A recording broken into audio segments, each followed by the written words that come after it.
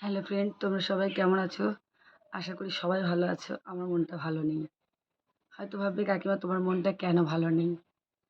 দেখো, মনটা এই কারণেই ভালো নেই।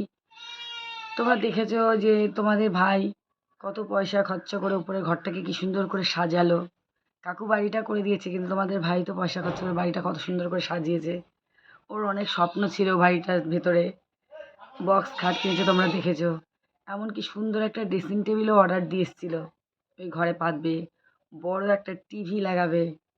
ওর অনেক স্বপ্ন ছিল, কিন্তু ভাগ্যের পরিহাসে আমি কারোরও দোষ দেবো না, সবটাই তোমাদের কপালের দোষ। আজকে আমার প্রীতমের বাড়িতে থাকতে ইচ্ছা করে না, একটা মুহূর্তে প্রীতমের বাড়িতে মন টেকে না। আর আমরা পরিবারটা ছোট থেকে তিনজন মানুষ, তোমাদের ভালোবাসা ভগবানের আশীর্বাদ নিয়ে একই সাথে আমরা জীবনযাপন করেছি।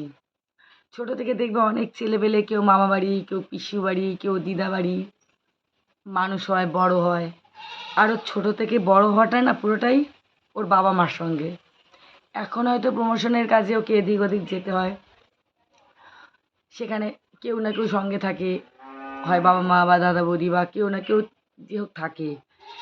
আর এখন ধরো ও বাড়িতেই থাকতে চাইছে না, ও দূরে চলে যেতে চাইছে। এবার তোমরা যেন একটা বাড়ি ঘর সব কিছু সব থুয়ে কোথাও যাওয়াটা কতটা মানসিক যন্ত্রণা হয়, সেটা তো তোমরা বোঝো।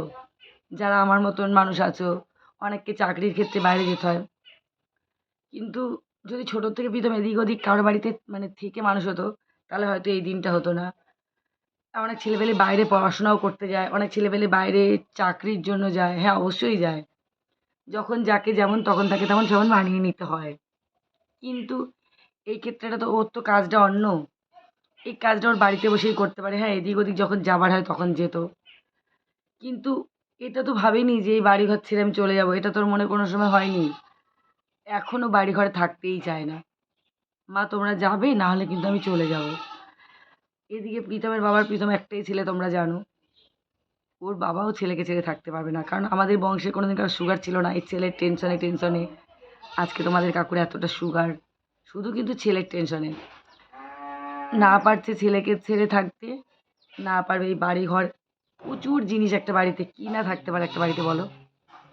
সেগুলো ছেড়ে যাওয়াও সম্ভব না। আর বাড়ি বলবো বলেই বাড়ি বিক্রি করে দেবো না, এটাও মাথায় নেই যে বাড়ি বিক্রি করবো। একটা শখের জিনিস কেউ চট করে বিক্রিও করতে চাইবে না। তো প্রীতম তো কালকে রাতে বেরিয়ে গেছে। তোমরা হয়তো প্রীতমের ভিডিওর মাধ্যমে বা কি দেখেছো কিনা আমি জানি না, না দেখলেও হয়তো পাবে। তা এখনই যে পুরোপুরি চলে গেছে সেটা তোমাদের বলবো না। হ্যাঁ, ওর কাজের ক্ষেত্রেই গেছে, এক জায়গায় যাবে, একটা কাজ ঠিক করবে, তারপর হয়তো আবার বাড়ি আসবে। এসে হয়তো আমরা যাবো, সে যেখানেই হোক। বললেই যে বাড়ি ছেড়ে সেটেল হয়ে যাবে সেখানে, সেটা তো কোনো কথা নয়। তো সেই কারণেও বাড়ি থেকে বেরিয়ে গেছে। সেখানে গিয়ে দেখবে দু একটা জায়গায় কাজের, অনেক জায়গাতেই কাজের সন্ধান এসছে। ব্যাঙ্গালোর বলো, কলকাতায় বলো, শিলিগুড়ি বলো, এখন ও কোনটা করবে সেটা ও জানে। হ্যাঁ, এবার যেখানে আমি দেখব, যেখানে প্রীতমকে দেখে রাখার মতন লোক আছে, প্রীতমকে ভালোবাসার মতন মানুষ আছে, সেখানেই হয়তো প্রীতম থাকবে। যে প্রীতম চাইলেই প্রীতমকে আমি ব্যাঙ্গালোরে পাঠিয়ে দেবো, প্রীতম চাইলে আমি শিলিগুড়ি পাঠিয়ে দেবো, প্রীতম চাইলে আমি কলকাতা, এমনটা নয়। আর আমরা চাইলেই যে সব কিছু হয় সেটাও কিন্তু নয়। আমাদের হাতে কিন্তু কিছু থাকে না। আমাদের হাতে যদি সব কিছু থাকতো, তাহলে হয়তো আজকে আমাদের এই বাড়িঘর ছেড়ে চলে যাওয়ার ভাবনাটা কিন্তু আমাদের মাথাতেই আসতো না। কারণ সবই হয়তো ভগবানের হাতে আছে। তাই আজকে আমাদের সঙ্গে কিছু কারণের জন্য আজকে আমাদের এই দিনগুলো দেখতে হচ্ছে। আর একটা কথা বলি, শিলিগুড়ির দাদা দিদিদের অনেকে অনেক অনেক কিছু দেখেছি, লাইভে কমেন্ট করো, কেউ কেউ দু একটা বাজে কথা বলো, কিন্তু দেখো তাদের কিন্তু কোনো ইন্টারেস্ট বা কোনো স্বার্থ এখানে নেই। তাদের কিন্তু কোনো স্বার্থ নেই। তোমরা যেই কথাটা বলছো, এরম কথা তোমাদের বলতে গেলে, তাহলে প্রীতম তো অনেকের সঙ্গেই ভিডিও করে, তাহলে সবার সঙ্গে সবার সম্পর্ক হয়? যখন একটা মানুষের বিপদ হয়, তার পাশে যখন কেউ এসে দাঁড়ায়, সে সবার আগে কী হয় জানো? সবচেয়ে ভালো বন্ধু হয়। স্বামী স্ত্রীর মধ্যেও কিন্তু একটা বন্ধুর সম্পর্ক থাকে, এটা হয়তো তোমরা বুঝবে। কিন্তু সেই জন্য বিপদের সময় কেউ পাশে দাঁড়ালে, তাকে হেল্প করলেই, তাকে যে একটা নোংরা কাদা দাগ দেওয়া, এটা তাকে তোমরা আরও কোথায় ভাববে যে না এই মানুষটা এই সময় এর পাশে ছিল। হ্যাঁ, অনেকেই, অনেকে পৃথিবীর ভাই, কাকু, কাকিমা, মাসিমা, দিদিরা আছে, তারা কিন্তু অনেকেই বলেছে যে হ্যাঁ এরা পাশে ছিল বলে আজকে ভাই। ঠিক একদমই তাই। কিন্তু তাদেরকে খারাপ মন্তব্য কোনো সময় করবে না, তাদের কিন্তু কোনো ইন্টারেস্ট নেই। শুধু তারা প্রীতমের ভালোটা চেয়েছে, যে প্রীতম ভালোভাবে বাঁচুক। এরকম প্রত্যেকটা দাদা দিদিরা চেয়েছে, অনেক মানুষ। প্রীতমের এক ব্যাঙ্গালোরের দিদিও বলেছে, ভাই তুই এখানে এসে কাজ কর, আমি তোকে ঘর ভাড়া খুঁজে দেবো, কাজ ঠিক করে দেবো। এরকম অনেক দিদিরা বলেছে। কিন্তু তাহলে তাদেরও কি ইন্টারেস্ট আছে বলো? নিশ্চয়ই নেই। কিন্তু না, যারা ভাইকে ভালোবাসে, যারা প্রীতমকে সন্তানের মতন ভালোবাসে, তারা কিন্তু প্রীতমের জন্য পাশে দাঁড়িয়েছে। তাই তারা বলেছে যে তুই নিজের মতন বাঁচ।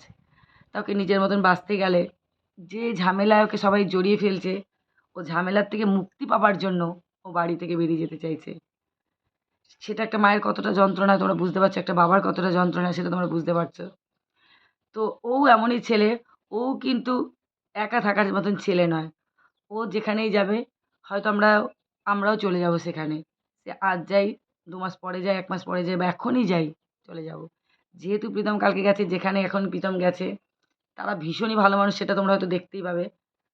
সেই জন্য আমি নির্ভাবনায় আছি যে তাদের কাছে আমার ছেলে যথেষ্ট ভালোই থাকবে। কিন্তু কি বলো তো, তবু বাড়ি ছেড়ে ছেলেপেলে চলে গেলে মনটা খারাপ। তারপরে এই কদিন ধরে দাদা দিদিরা আমাদের বাড়িতে ছিল। কোথাও জানি ওরা একদম নিজেদের আমাদের হয়ে গেছে। ওদেরকে কিন্তু আমরা আলাদা ভাবি না একবারও। একটা বারের জন্য ভাবি না। ওদের আমরা ফ্যামিলি ভাবি। ৪-৫ দিন বাড়িতে ছিল তো বাড়িটা জমজম, জমজম করছিল। এখন ওপরের ঘরটায় গেলে খা, খা করছে। না আছে প্রীতম বাড়িতে, না আছে ওরা। হ্যাঁ, ওদের বাড়ি ওদের চলে যেতে হবে। আমরাও যখন কোথাও যাই আমাদেরও চলে আসতে হবে। কিন্তু মানুষ যখন চলে যায় তখন একটা প্রচুর কষ্ট আসে।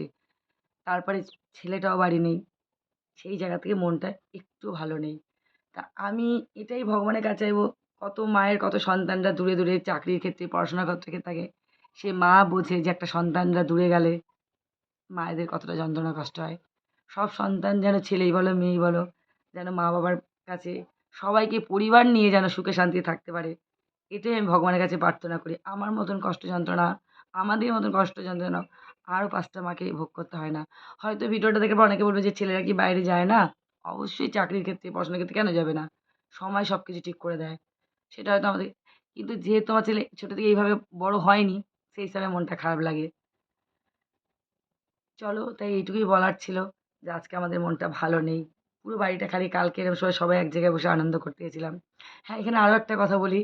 কালকে তোমরা দেখেছো প্রীতমের লাইভে যে প্রীতম চন্দননগর স্ট্যান্ডে গেছে। তা আমি দেখেছি কেউ একটা কমেন্ট করেছো যে ও নাকি কারো সাথে দেখা করতে গেছে। দেখো, তোমরা যারা ভাইকে ভালোবাসো, প্রীতমকে এমন কোনো কেউ কমেন্ট করো না যে প্রীতমকে কন্ট্রোভার্সি করতে ওকে বাধ্য করো না। না প্রীতম, না প্রীতমের মা কোনোদিন কোনো কন্ট্রোভার্সিতে ছিলও না, থাকবেও না। কারণ তাতে ওদের যাই হোক, সেইটুকুনি ওরা শান্তিতে বাঁচতে চায়। সবাই যারা ভাইকে ভালোবাসো, সবাই তারা ভালো, ভালো কমেন্ট করবে। কেউ বলবে না যে প্রীতমকে পাল্টা রিপ্লাই দিতে হয়। এমন কোনো কমেন্ট ওকে কেউ করবে না। তো চন্দননগর স্ট্যান্ডেও কারোর সঙ্গে দেখা করার জন্য যায়নি। তোমাদেরকে আমি এটা ক্লিয়ার করে দিই। কিছু, কিছু মানুষের ভুল ধারণা থাকে। আমাদের চন্দননগরের রিলেটিভের বাড়ি কালকে ২ জায়গায় আমাদের নিমন্ত্রণ ছিল। কাদের সঙ্গে গেছি, কারা গেছি সবটাই তোমরা দেখেছো ভিডিওর মাধ্যমে। তো সেইটাই, আসার পথে তারা স্ট্যান্ডে আমরা ঘুরে এসেছি। আমরা কিন্তু কারোর সঙ্গে দেখা করতে যাইনি। এরকম মানসিকতা মন আমাদের কোনোটাই নেই। কারণ প্রীতম দেখেছো লাইভে কথা দিয়েছে, ও নিজের মতন করে বাঁচতে চাইছে। ওকে নিজের মতন করে একটু সবাই বাঁচতে দাও। চলো, আজকের ভিডিওটা এইটুকুই। ততক্ষণ সবাই সুস্থ থাকো, ভালো থাকো। আসবো আবার পরের ভিডিওতে। টাটা।